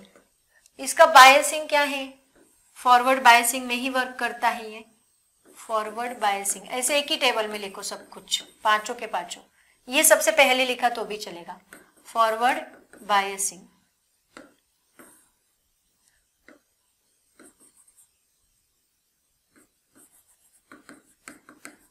स्पेलिंग मिस्टेक्स हो रहे होंगे तो माफ कर देना। इसको हम किसके लिए यूज करते हैं, as a rectifier. AC convert to DC का काम किसका है, रेक्टिफायर का। एज अ रेक्टिफायर हम लोग इसको यूज करते हैं। और इसका जो ग्राफ है वो कुछ ऐसे आता है, कुछ देर के लिए 0, then current suddenly increases, VI। तो ये हमारा पांचवा डायोड, एक्चुअली पहले ही आना चाहिए था, उसके बाद ये 4 आने चाहिए थे बच्चों। इसका जल्दी से स्क्रीनशॉट ले लो, पहले तो इसका स्क्रीनशॉट ले लो, उसके बाद इसका स्क्रीनशॉट ले लो। सारा मटेरियल मतलब जितना भी है वो सब कुछ आपको एक ही टेबल में मिल गया। अगर आप इतना भी लर्न करके गए ना एग्जाम में, तो भी आप आराम से एंट्रेंस का कौन सा भी क्वेश्चन आए डायोड के ऊपर आप सॉल्व कर सकते हो, कोई प्रॉब्लम नहीं। बस इतना टेबल आपको एक्सप्लेन करने के लिए पूछा तो आप वही लिख के आओ, principle, symbol, biasing, uses etcetera etcetera, IV characteristic उसकी ड्रॉ करके आओ। इतना भी आप एक्सप्लेन करने के लिए पूछा तो लिख के आए तो भी चलेगा। बच्चों अभी चलते हैं हमारा नेक्स्ट टॉपिक। अब हमारा नेक्स्ट कंपोनेंट है जो डायोड से ही बना हुआ है और इसका बहुत ज्यादा यूज है। एक्चुअली इसका मेन यूज मैं आपको बताती हूँ। जैसे कि देखो, मान लो हम लोग, अभी मैं बात कर रही हूँ तो मैं जो बात करती हूँ, मेरा जो साउंड सिग्नल है वो इतना ज्यादा हाई वॉल्यूम नहीं होता है ना। मतलब आने वाला मेरा जो साउंड सिग्नल है उसका वॉल्यूम कम है, उसके साउंड वेव्स जो है उनका एम्पलीट्यूड मान लो इतना है। ठीक है, जब भी ये किसी ट्रांजिस्टर में से पास होगा, ये ट्रांजिस्टर है, तो ये सिग्नल को एम्पलीफाई करने का काम मैंने जो माइक लगाया है, मुझे लगा माइक लगाना भूल गई, मैंने जो माइक लगाया है तो वो माइक की वजह से वो सिग्नल एम्पलीफाई हो रहा है ना। मतलब इनिशियली उसका एम्पलीट्यूड इतना था, जब मैंने माइक में वो सिग्नल पास होके जाएगा तो आपको बहुत ज्यादा वॉल्यूम सुनाई देता है। आप बहुत बार बोलते हो मैम आपका आवाज नहीं आ रहा है, आपकी वॉइस कम है। इसका मतलब एम्पलीफिकेशन नहीं हुआ मेरे साउंड का, है ना। तो माइक क्या कर रहा है, एम्पलीफाई करने का काम करता है।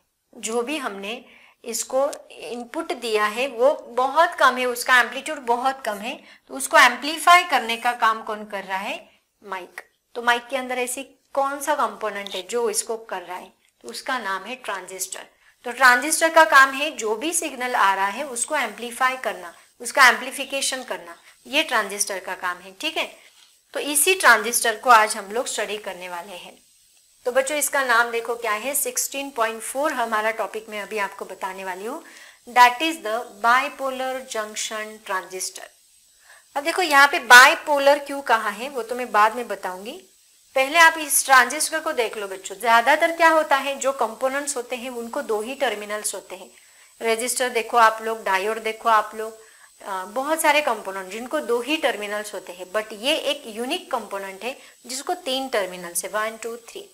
ठीक है, तो बाइपोलर जंक्शन ट्रांजिस्टर, बाय का मतलब होता है 2, पोल्स का मतलब, पोल्स मतलब पॉजिटिव नेगेटिव, जिसको हम बोलते हैं 2 पोलर जंक्शन, मतलब जिसको 2 जंक्शन से एंड 3 टर्मिनल से, ऐसे डिवाइस को हम लोग क्या बोलते हैं, transistor.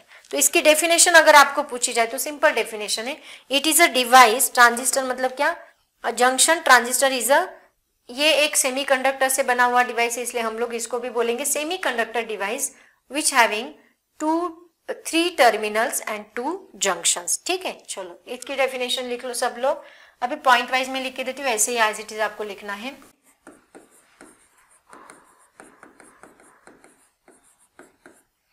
Junction transistor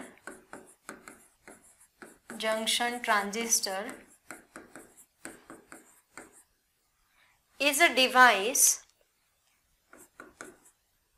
a semiconductor device. लिखो यहाँ पे, ओनली नॉट ओनली डिवाइस, ये एक सेमीकंडक्टर से बना हुआ डिवाइस है।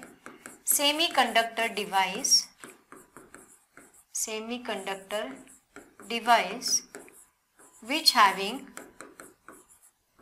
which having two junctions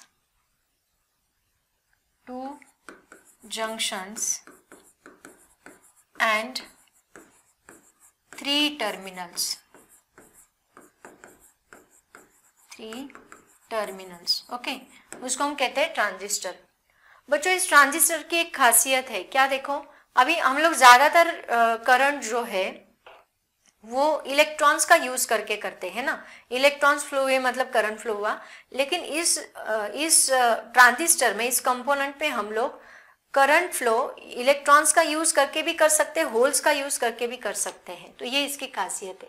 ये पहला पॉइंट आपने डेफिनेशन लिखा। सेकेंड पॉइंट हमें लिखना है, it can flows the current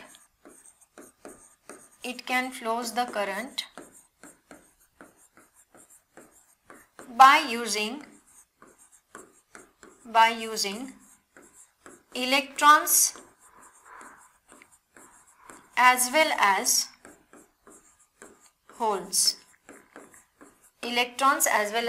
holes का यूज करके भी हम लोग करंट फ्लो कर सकते हैं एंड इलेक्ट्रॉन्स का यूज करके भी हम लोग करंट फ्लो कर सकते हैं। तो इसके दो टाइप्स होते हैं बच्चों, इसके मेनली 2 टाइप्स में भी डिवाइड किया, तो डिटेल में बताऊंगी मैं आपको, बस अभी उनका नाम जान लो। It is divided into 2 types. वो 2 टाइप्स देखो कौन से हैं, divided into 2 types. 1 NPN transistor and second PNP transistor. अब इसका मीनिंग क्या है ये मैं आपको बताती हूँ, NPN एंड PNP। ठीक है, लेकिन पहले हम लोग इसका जान लेते हैं सिंबल। इसका स्क्रीनशॉट निकालो, ऐसे ही अपनी नोट्स बनानी है बच्चों। उसके बाद देखो अभी इसका सिंबल कैसे होता है। अब यहाँ पे मैंने PNP and NPN transistor draw किया है। अब यहाँ पे देखो इसके 3 टर्मिनल्स मैंने आपको बताए कैसे, देखो याद रखना है आप लोगों को।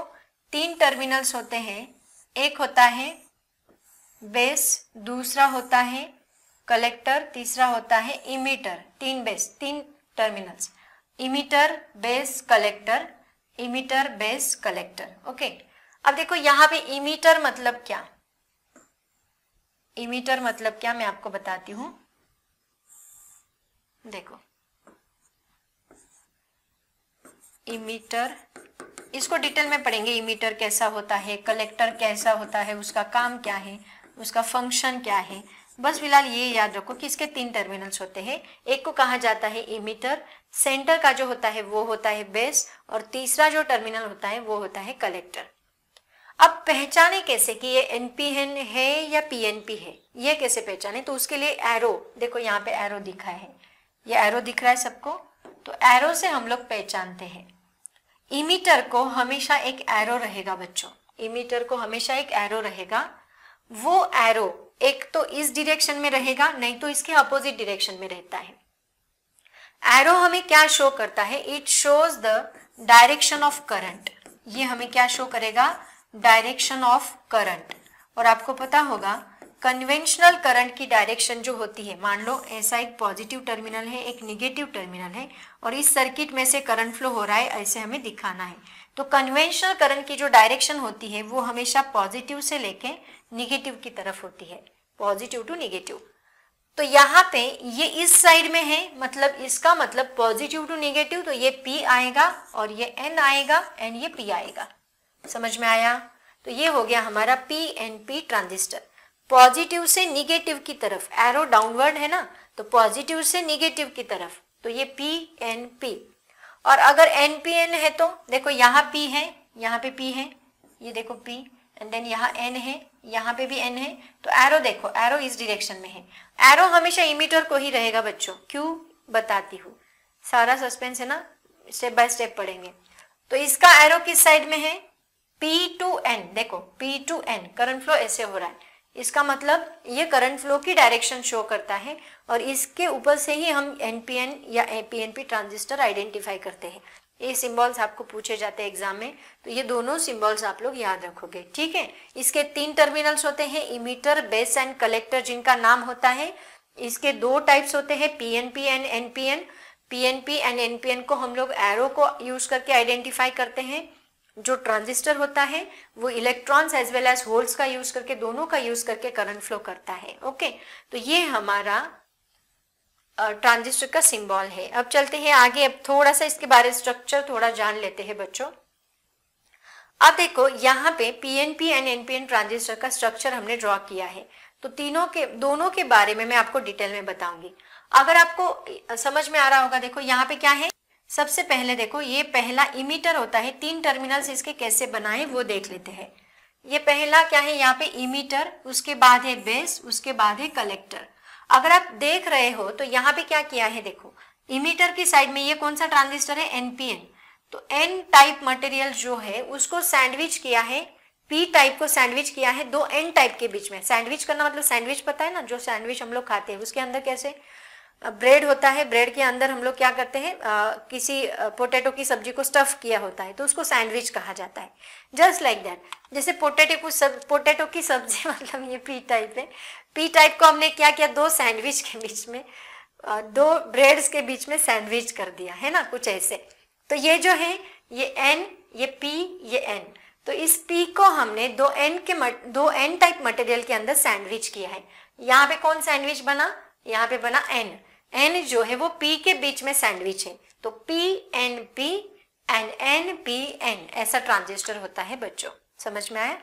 और तो और एक बात मैं आपको बता दूं, ये जो N है ये थोड़ा सा आपको साइज देखो, इसका साइज थोड़ा कम है। इसका साइज, सबसे बड़ा साइज किसका है, कलेक्टर का। कलेक्टर का काम ही है चार्जेस को कलेक्ट करना, मेजॉरिटी चार्ज कैरियर्स को कलेक्ट करना उसका काम है, इसलिए उसका साइज थोड़ा बड़ा है। N जो है वो इमिट करता है, चार्जेस को इमिट करने, चार्ज कैरियर्स को इमिट करने का काम। करंट फ्लो स्टार्ट कहां से होगा, इमिटर से होगा, तो ये चार्ज कैरियर्स को इमिट करने का काम करता है। और P जो है वो सेंड करता है, बेस का काम कर रहा है वो। इमिटर से इलेक्ट्रॉन्स लेता है, कलेक्टर को देता है, इमिटर से इलेक्ट्रॉन लेता है, कलेक्टर को देता है। यहाँ पे ये P क्या करेगा, इलेक्ट्रॉन्स लेगा N से, लेकिन यहाँ पे जो ये N है इससे होल लेगा, तो इसके अंदर जो करंट फ्लो होता है बाय यूजिंग होल्स होगा, क्योंकि PNP है तो पॉजिटिव है। और इसके अंदर जो करंट फ्लो होता है वो बाय यूजिंग इलेक्ट्रॉन्स होता है, क्योंकि ये N है। N मतलब निगेटिव चार्ज, जिसमें मेजॉरिटी चार्ज कैरियर्स होते हैं हमारे इलेक्ट्रॉन्स। बच्चों ये चैप्टर अगर आपको पढ़ना है तो मैं आपको रिक्वेस्ट करूंगी, ये सारी चीजें मैंने फर्स्ट लेक्चर से बहुत डिटेल में बताई है, तो बेटर रहेगा चैप्टर जो है वो स्टार्टिंग से देखो। मेजॉरिटी कैरियर्स, माइनॉरिटी कैरियर, ये वर्ड्स जब मैं यूज करती हूँ तो बहुत सारे बच्चों ने अगर प्रीवियस लेक्चर्स नहीं देखे तो उनको कंफ्यूजन हो सकता है।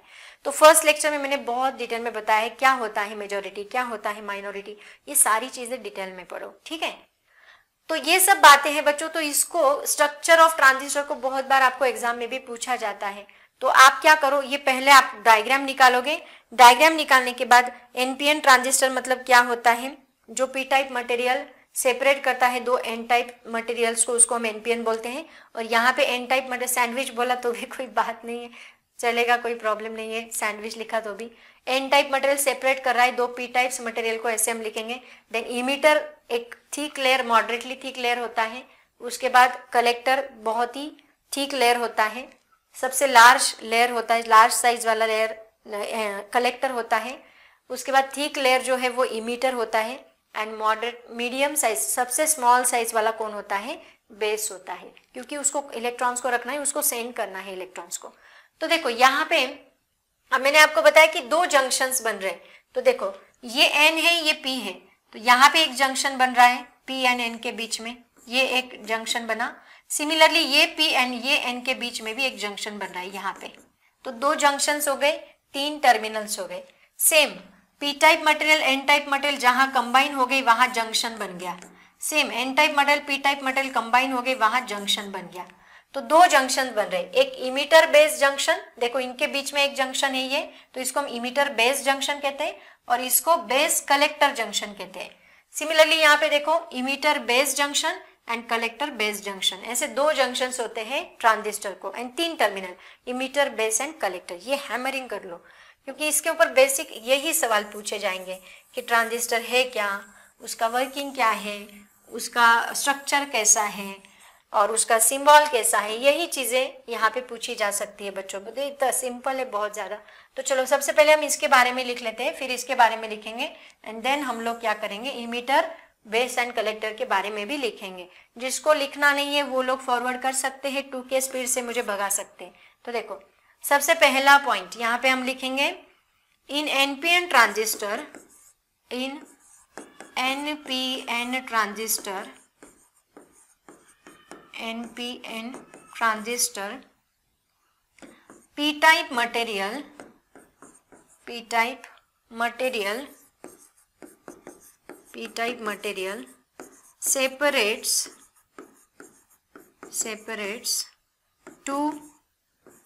two n type materials, separates two n type materials। Okay, इसमें कौन मेजॉरिटी कैरियर्स है, इलेक्ट्रॉन्स। तो यहाँ पे हम लिख सकते हैं in this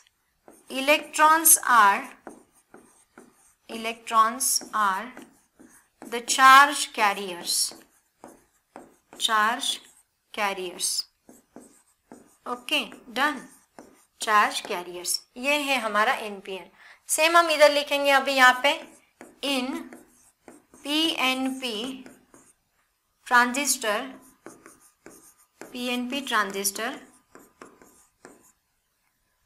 n type material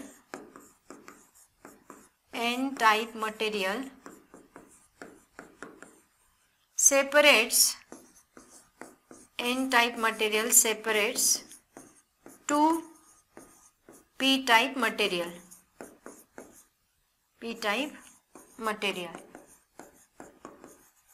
separates two p type material। Okay, उसके बाद यहाँ पे और लिख सकते हैं, in this holes are the charge carriers,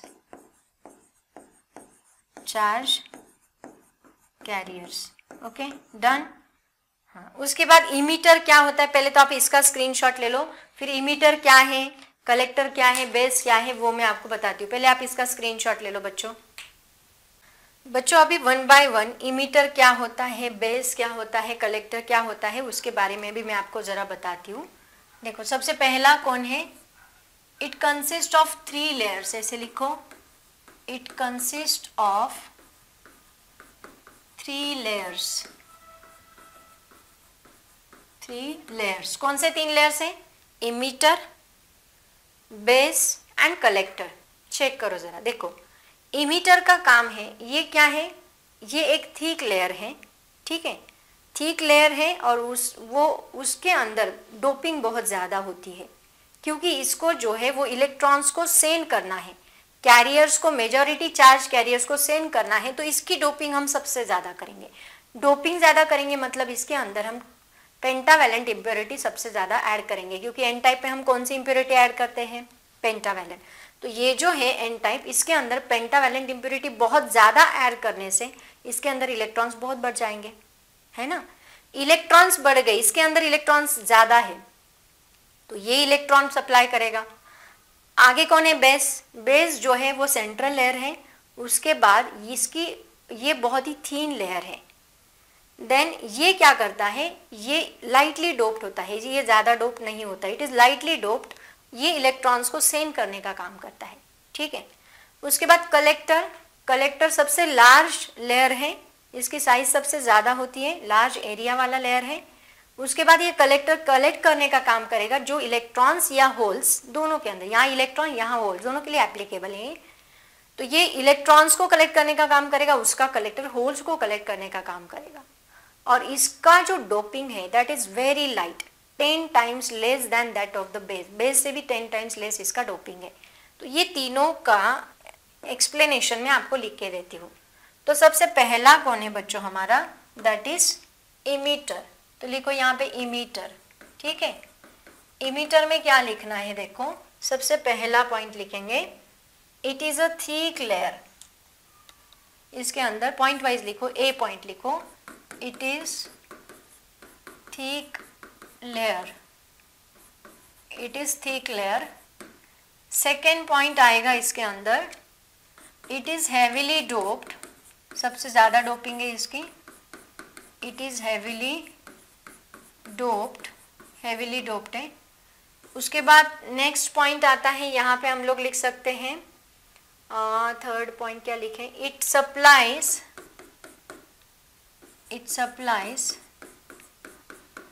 charge carriers, okay. ये कौन है, दैट इज द इमीटर। उसके बाद सेकेंड कौन सा है हमारा, that is base. Second point लिखो बेस। बेस के अंदर लिखो, जैसे कि ये ठीक है, थिक लेयर है, तो ये कैसा है, it is thin layer, it is thin and central layer, central में होता है ये सेंट्रल लेयर। ये जो लेयर है that is it is lightly doped, ज़्यादा डोपिंग नहीं है इसकी, लाइटली डोप्ड। उसके बाद सी पॉइंट आएगा इसका, इट सप्लाई चार्ज कैरियर्स, नहीं ये चार्ज कैरियर वगैरह सप्लाई नहीं करता, तो सी पॉइंट मत लिखो, लिखने की जरूरत नहीं है कुछ भी। उसके बाद थर्ड कौन है हमारा, कलेक्टर। थर्ड लिखो कलेक्टर। कलेक्टर का काम क्या है, इसका ए पॉइंट लिखो अभी, point A, it is large layer, it is large layer. Second B point, it is lightly doped, it is 10 times less than, 10 times lightly, 10 times less than that of the base layer। उसका जो doping है that is 10 times less है।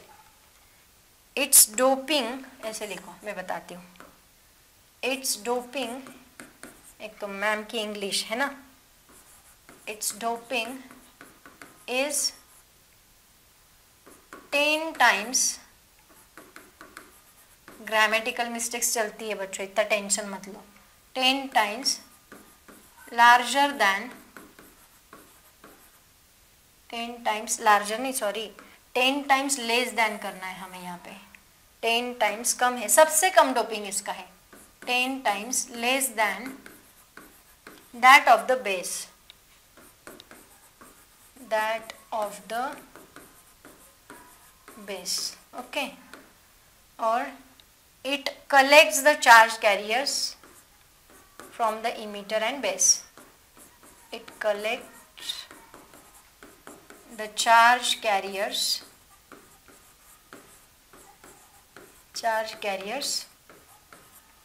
from emitter through base, ठीक है। तो बच्चों ऐसे तीनों लेयर्स का एक्सप्लेनेशन अगर आपको पूछा जाए तो आप लोग ऐसे लिखोगे। और एक इसका एक काम क्या है पता है क्या, कलेक्टर का, ये डिसिपेशन जो है हेल्प करता है, dissipation of any small amount of heat generated. अगर मान लो ये बहुत हीट हो रहा है, ट्रांजिस्टर हीट हो रहा है, तो उसको डिसिपेट करना मतलब सराउंडिंग में भेजना, उसका हीट कम करने का काम ये करता है। It helps to dissipation of heat, ऐसे लिखो, it helps to dissipation of heat produced in a transistor, transistor produced in transistor. जल्दी से इसका स्क्रीनशॉट निकालो बच्चों, ऐसे आप लोग लिखोगे, ठीक है। हाँ, अब ये पॉइंट देखो, ये क्या है, बायसिंग कंडीशन। मैंने आपको क्या बताया कि इसकी दो बायसिंग्स है, N P N, P N P. तो एन एन पी के बीच में एक बायसिंग है, पी एन एन के बीच में। देखो मैं ड्रॉ करके बताती हूँ आपको। ये हमारा एन, ये एन है, ये पी है एंड ये एन है, ये एन पी एन। देखो इसके यहाँ पे क्या है, इलेक्ट्रॉन्स। कैसे बायसिंग बनता है वो देखो ज़रा। यहाँ पे क्या है, इलेक्ट्रॉन्स, ठीक है। एंड यहाँ पे क्या है, होल्स। इसके अंदर है होल्स, ये लाइटली डोप्ड है वैसे भी। तो इन दोनों के बीच में जो है ना बच्चों, ये इन दोनों के बीच में एक बायसिंग बनेगा कुछ यहाँ पे, ये बायसिंग बनेगा। यहाँ के इलेक्ट्रॉन्स, ये इलेक्ट्रॉन्स इधर अट्रैक्ट होंगे, इलेक्ट्रॉन्स इधर आ जाएंगे एंड होल्स जो है वो इधर आएंगे। मतलब यहाँ पॉजिटिव चार्ज, पॉजिटिव ही करो। होल्स का मतलब क्या, एक तो ये पूरा रफ हो जाता है, रफ करने जाओ तो। एक मिनट रुको, मैं अच्छा ड्रॉ करती हूँ। ये इलेक्ट्रॉन्स है और ये होल्स है, बायसिंग। होल्स मतलब क्या बच्चों, होल्स का मतलब ही पॉजिटिव चार्ज होता है, ठीक है। सिमिलरली देखो यहाँ पे ये होल्स है और यहाँ क्या है, इलेक्ट्रॉन्स है, यहाँ इलेक्ट्रॉन्स है। तो यहाँ पे एक जंक्शन बनेगा। यहाँ का जो जंक्शन है, ये एक जंक्शन हो गया, जंक्शन 1, J1 बोलो। और इलेक्ट्रॉन्स इधर आ गए और यहाँ होल्स आ गए, मतलब पॉजिटिव चार्ज आ गया। तो यहाँ पे जंक्शन 2। तो ऐसे दो जंक्शन है। कौन सा, ये वाला कौन सा है, इमीटर, ये वाला बेस, ये वाला कलेक्टर। तो देखो इन दोनों के बीच में जो जंक्शन है वो कौन सा, इमीटर बेस जंक्शन। यहाँ पे लिखो first point, there are two junctions, there are two junctions, एक minute, there are two junctions, one emitter based junction and दूसरा कौन सा है यहाँ पे, कलेक्टर बेस्ड जंक्शन। तो मोस्ट कॉमन मेथड कौन सी है पता है क्या बच्चों। अब देखो यहाँ पे आप बायसिंग दोनों को कर सकते हैं, इसको भी बायसिंग कर सकते हैं एंड इसको भी बायसिंग कर सकते हैं, करनी ही पड़ती है क्योंकि जंक्शन ब्रेक करने के सिवाय हम इसके सराउंडिंग में करंट फ्लो नहीं कर सकते। तो ये एन टर्मिनल है। तो ज़्यादातर देखो आप अभी दोनों में, इसमें आप फॉरवर्ड बायसिंग कर सकते हैं, इसमें रिवर्स कर सकते हैं, या फिर इसमें रिवर्स कर सकते हैं, इसमें फॉरवर्ड कर सकते हैं। तो इसमें मोस्ट कॉमन मेथड कौन सी है पता है क्या, इमीटर बेस्ड जंक्शन जो है वो फॉरवर्ड बायसिंग में रखना है आप लोगों को। Second point, most common method is कौन सा, emitter based junction is in forward biasing. Forward का मतलब याद है बच्चों, फॉरवर्ड बायसिंग मतलब एन को एन, पी को पी। तो यहाँ पे देखो बैटरी कनेक्ट करो, एन है, ये एन है, तो एन को एन मतलब छोटा टर्मिनल, पी को पी, ये पी है ना, ये पी है, तो इसको पॉजिटिव, इसको निगेटिव, एन को एन, पी को पी। ये हमारा हो गया forward biasing. And collector based junction होगा रिवर्स बायसिंग में, collector based junction in reverse biasing. Reverse biasing, biasing का spelling exactly BAI, reverse biasing BI है बच्चों, मैं कब से BAI ड्रॉ कर रही हूँ, I am so sorry, spelling mistakes होती है मेरी, I agree with this. Reverse biasing, तो यहाँ पे ये P जो है वो N को कनेक्ट करेंगे एंड N जो है वो हम P को कनेक्ट करेंगे, कुछ ऐसे, N को P एंड P को N। तो इस ऐसे टाइप का बायसिंग सबसे ज़्यादा यूज़ होता है। और एक बात बताओ क्या बच्चों, यहाँ पे और एक इम्पॉर्टेंट, सबसे ज़्यादा यूज़ होने वाला कौन सा है पता है, NPN और PNP ट्रांजिस्टर में सबसे ज़्यादा यूज़ होने वाला NPN है। ऐसा क्यों बच्चों, इन दोनों में से सबसे ज़्यादा यूज़ कौन होता है, NPN। NPN इसलिए क्योंकि उसके अंदर इलेक्ट्रॉन्स मेजॉरिटी चार्ज कैरियर से। देखो मैं आपको बताती हूँ NPN क्यों। अब सबको पता है कि होल कैसे जनरेट होता है। ये एटम है, एटम के अंदर इलेक्ट्रॉन्स होते हैं। मान लो ये लास्ट शेल का इलेक्ट्रॉन यहाँ पे रिवॉल्व कर रहा है, तो ये इलेक्ट्रॉन जब यहाँ से चला जाएगा, फ्री हो गया, तो यहाँ पे एक होल क्रिएट हुआ। इलेक्ट्रॉन यहाँ से फ्री हो गया तो यहाँ क्या आ गया, होल। तो बच्चों होल मतलब पॉजिटिव, पीएनपी में क्या है, होल। पीएनपी के अंदर मेजॉरिटी चार्ज कैरियर्स कौन है, होल्स है। बहुत बार ये चीज़ आपको बताई जाती है, होल्स होते हैं। और एनपीएन में एन इमिटर है, तो यहाँ इलेक्ट्रॉन्स मेजॉरिटी चार्ज कैरियर्स है। मेजॉरिटी चार्ज कैरियर्स कौन है, इलेक्ट्रॉन्स। इलेक्ट्रॉन्स से इसमें होल्स का यूज करके करंट फ्लो होगा। By using holes we can flow the current, और यहाँ पे by using electrons we can flow the current. तो यहाँ पे सबसे ज्यादा यूज होने वाला कौन है, एनपीएन। क्योंकि देखो इलेक्ट्रॉन्स यहाँ पे फ्री है, उसको इधर उधर मूव कराना, मतलब उसको मोबाइल, वो बहुत मोबाइल का मतलब क्या होता है पता है, मोबाइल का नाम मोबाइल क्यों है, क्योंकि हम उसको कैरी कर सकते हैं, कहीं पे भी लेके जा सकते हैं, इसलिए मोबाइल बोलते हैं। वैसे इलेक्ट्रॉन यहाँ मोबाइल है, मतलब फ्री है एटम से, आप उसको इजीली फ्लो करा सकते हैं। वैसे होल को फ्लो कराना मतलब पूरे ये एटम को ही फ्लो कराना, इट इज इम्पॉसिबल है। होता है लेकिन इलेक्ट्रॉन का ज़्यादा इजीली हम लोग फ्लो कर सकते हैं, वैसे होल्स को फ्लो नहीं कर सकते। तो सबसे ज़्यादा यूज होने वाला ट्रांजिस्टर कौन सा है बच्चों, एनपीएन। एनपीएन सबसे ज़्यादा यूज होता है, और इसमें बायसिंग सबसे ज़्यादा यूज कौन सी है, ये वाली। मोस्ट कॉमन मेथड क्या है कि emitter based junction in forward में रखना है एंड कलेक्टर बेस्ड जंक्शन ये रिवर्स में रखना है, ठीक है। तो बच्चों इसका स्क्रीनशॉट ले लो जल्दी से। और ये है हमारा ट्रांजिस्टर। ट्रांजिस्टर अभी खत्म नहीं हुआ बच्चों, अभी तक इसका बहुत सारा पार्ट बाकी है, मतलब इसका वर्किंग बाकी है, इसको एम्पलीफायर कैसे यूज़ करते हैं उसके रिलेटेड कुछ डेफिनेशन, तो बहुत सारा पार्ट ऑलरेडी इसका बाकी है।